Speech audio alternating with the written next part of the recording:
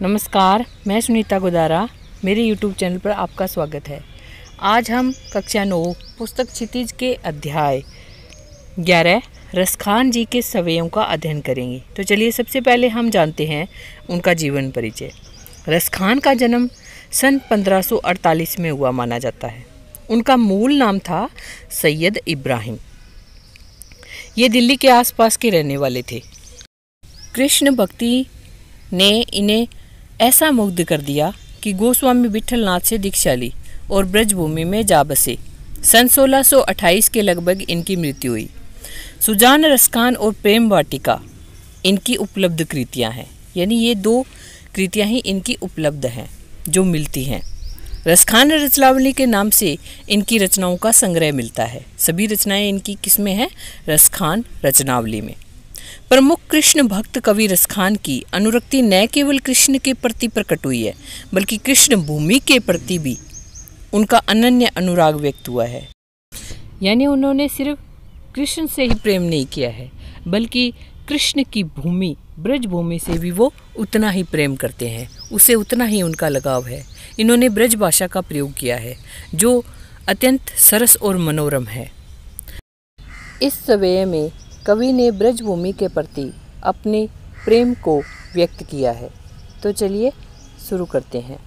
मानुष हो तो वही रसखानी, बसो ब्रज गोकुल गांव के ग्वारन।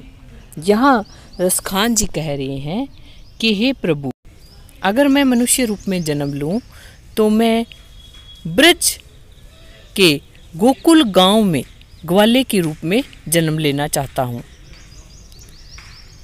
आगे कवि कह रहे हैं, जो पशु हो तो कहा बस मेरो, चरो नित नंद की धेनु मंझारन।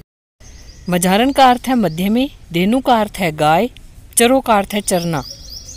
कि जो पशु हो तो, कि हे प्रभु, अगर मैं पशु रूप में जन्म लूं तो कहा बस मेरो चरो नित नंद की धेनु मंझारन।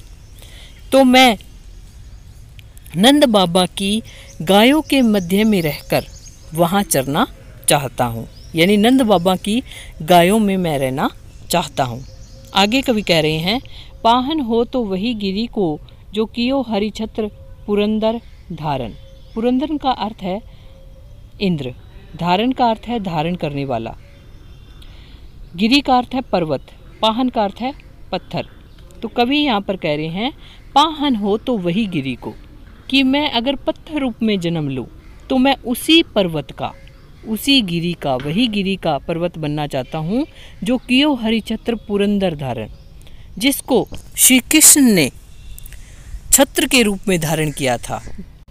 यानी मैं उसी पर्वत, उसी गोवर्धन पर्वत का पत्थर बनना चाहता हूँ जिसको श्री कृष्ण ने अपनी उंगली पर धारण किया था। किस लिए?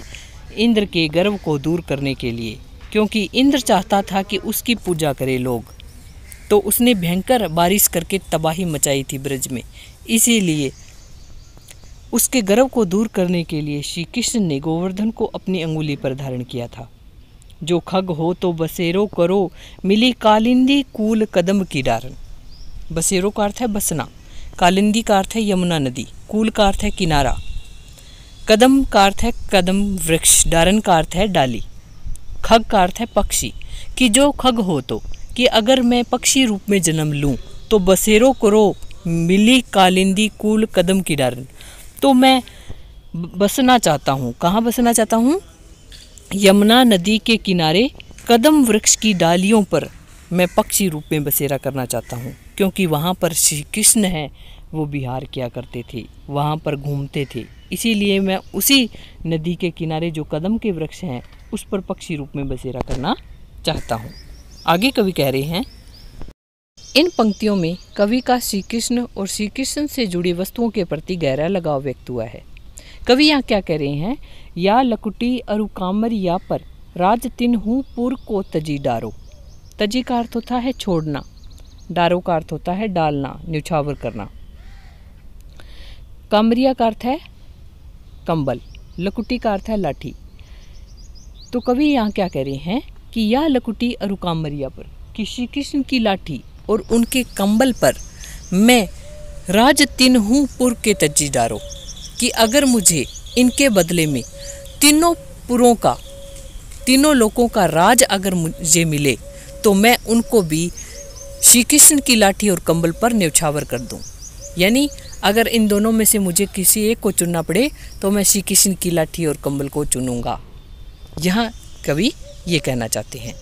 आठों सीधी नवनिधि को सुख नंद की गाय चराई बिसारो।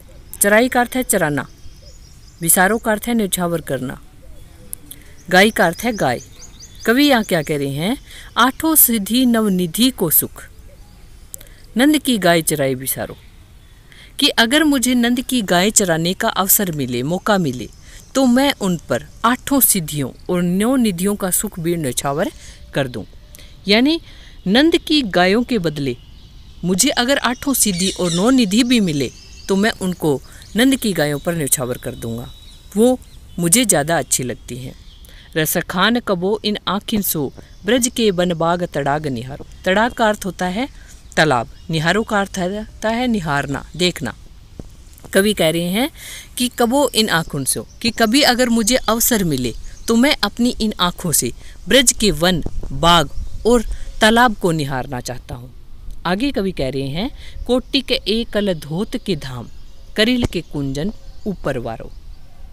कुंजन का अर्थ होता है झाड़ियाँ, करिल की झाड़ियाँ। वारो का अर्थ है न्यौछावर करना। कोटि का अर्थ है करोड़ों। कल धोत के दाम का अर्थ है सोने के महल। कवि यहाँ कह रही हैं कि करील की झाड़ियों पर जहाँ श्री कृष्ण विचरण किया करते थे, जिसको मैंने अपनी आँखों से देखा है, उन झाड़ियों पर मैं करोड़ों महलों को भी न्यौछावर कर दूं। यानी करील की कुंज है वो मुझे करोड़ों महलों से भी अधिक प्यारी है। इस व्यय में गोपियों का श्री कृष्ण के प्रति अनन्य प्रेम व्यक्त हुआ है। तो गोपियाँ यहाँ क्या कह रही हैं, मोर पखा सिर ऊपर राखी हो, गुंज की माल गरे पहिरोंगी। गोपियाँ यहाँ कह रही हैं कि हम श्री कृष्ण से इतना प्रेम करती हैं कि हम श्री कृष्ण के जैसा ही बनना चाहती हैं, और जैसा श्री कृष्ण कहेंगे वैसा हम करने के लिए तैयार हैं, कि हम श्री कृष्ण के मोर पंख को अपने सिर के ऊपर रखेंगी, उनको धारण करेंगी। गुंज की माल गले पहिरोगी, और जो गुंज की माला श्री कृष्ण अपने गले में डालते हैं वैसी ही माला हम भी अपने गले में पहनेंगी। ओडी पीतम्बर ले लकुटी बन गोधन ग्वारिन संग फिरोगी। फिरोंगी का अर्थ है फिरना, ग्वारिन का अर्थ है ग्वालिन बनकर, गोधन का अर्थ है गाय, बन का अर्थ है वन, ओडी का अर्थ है ओढ़ना, पीतम्बर का अर्थ है पीले रंग के वस्त्र, लकुटी का अर्थ है लाठी। गोपियाँ यहाँ कह रही हैं कि हे श्री कृष्ण, हम भी पीले रंग के वस्त्र पहन करके, ले लकुटी और लाठी हाथ में लेकर के आपकी तरह ही वन गोधन ग्वारिन संग फिरोगी, कि आप जिस तरह से गायों को लेकर वन में जाते हैं, ठीक उसी प्रकार से हम भी आपके साथ है वो गाय चराने के लिए ग्वालिन बन करके आपके साथ फिरेंगी, कि हम आपसे इतना प्रेम करते हैं कि आपके साथ ग्वालिन बनने के लिए भी तैयार हैं। भाव तो वो ही मेरो रस खानी, सो तेरे कहे सब स्वांग करूंगी। आगे गोपियाँ कहती है कि भाव तो वो ही मेरो रस खानी, कि हे रस की खान, हे श्री कृष्ण, आपको जो भाता है, जो आपको अच्छा लगता है, कि जैसा आप चाहते हैं, तेरे कहे सब स्वांग करूंगी, कि तुम जैसा कहोगी हम वैसा ही स्वांग करने के लिए, यानी वैसा ही करने के लिए हम तैयार हैं। लेकिन एक बात है जो हम कभी नहीं करेंगी और ना ही करना चाहती हैं, वो क्या है, या मुरली मुरलीधर की अधरान धरी, अधरान धरूंगी। अधरा का अर्थ है होठ और अधरान का अर्थ है होठ, धरी का अर्थ है धरना और धरोंगी का अर्थ है धारण करना। मुरली का अर्थ है बंसी, बांसुरी, मुरलीधर का अर्थ है श्री कृष्ण।